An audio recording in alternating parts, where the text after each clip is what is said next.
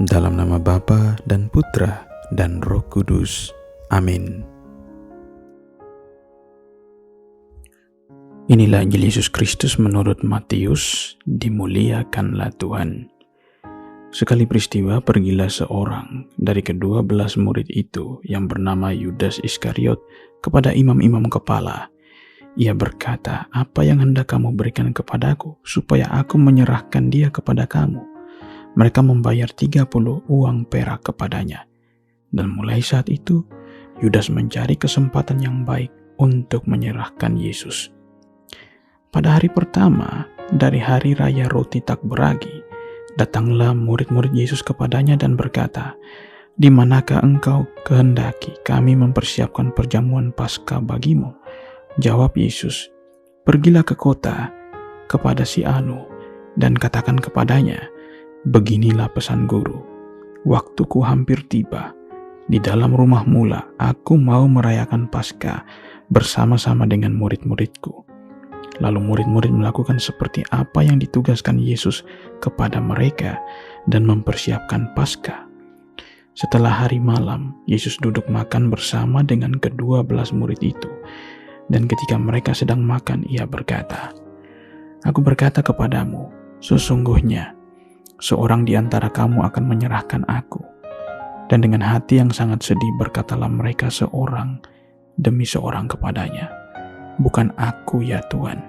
Yesus menjawab, "Dia yang bersama-sama dengan aku mencelupkan tangannya ke dalam pinggan ini, dialah yang akan menyerahkan aku.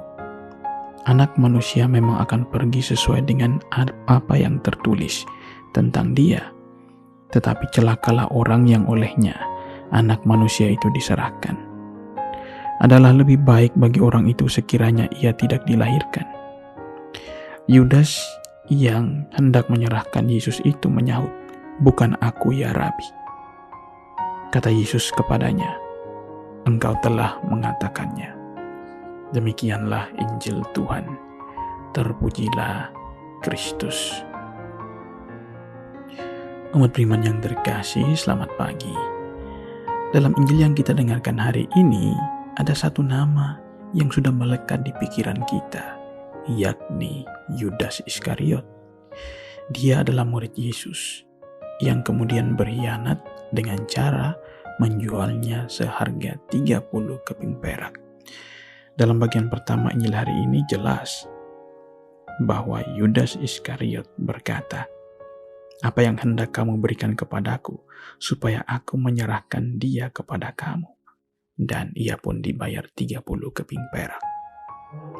Pertanyaannya adalah, apakah tindakan Yudas untuk berkhianat adalah bagian dari rencana Allah?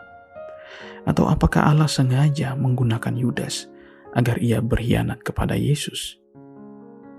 Jawabannya ialah tidak. Karena Yudas punya kehendak bebas.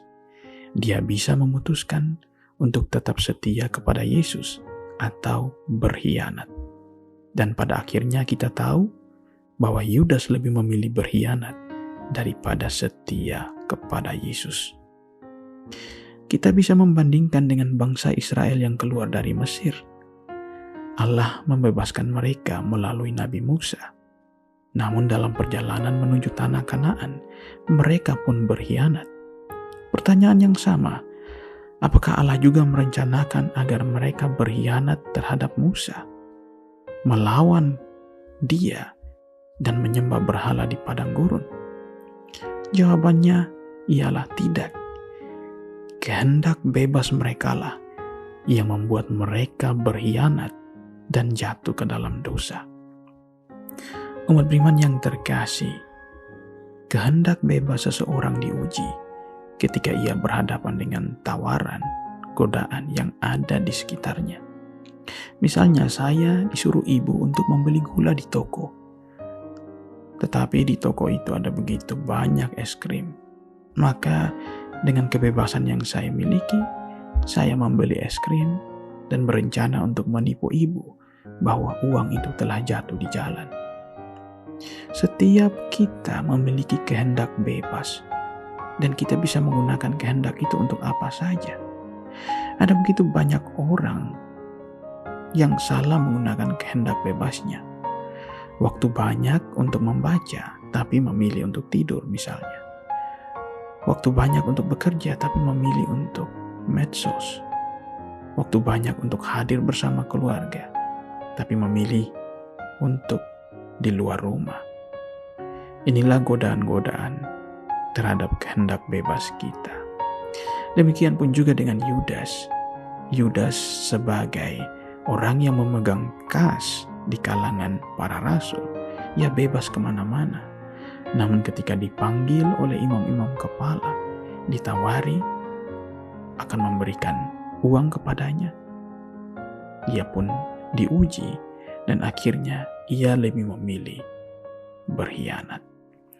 Hasrat untuk mendapatkan uang jauh lebih besar daripada kesetiaannya terhadap Yesus. Uang jauh lebih penting daripada persaudaraan. Uang jauh lebih penting daripada kesetiaan. Padahal nilai persaudaraan, nilai kesetiaan jauh lebih berharga daripada uang dan materi. Inilah kelemahan kita sebagai manusia. Kita mudah sekali terdistraksi.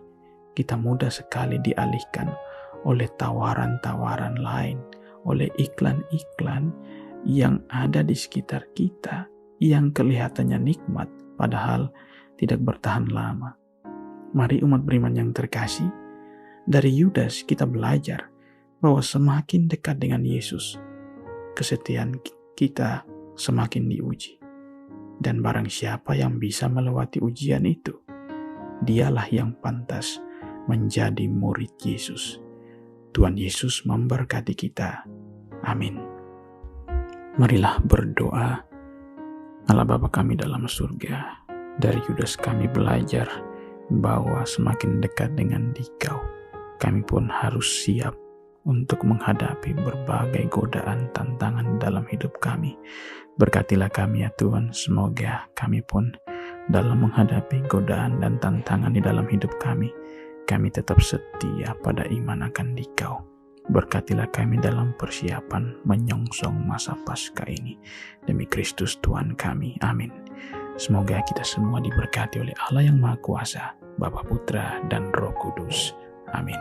Selamat pagi, selamat bekerja, dan sampai jumpa.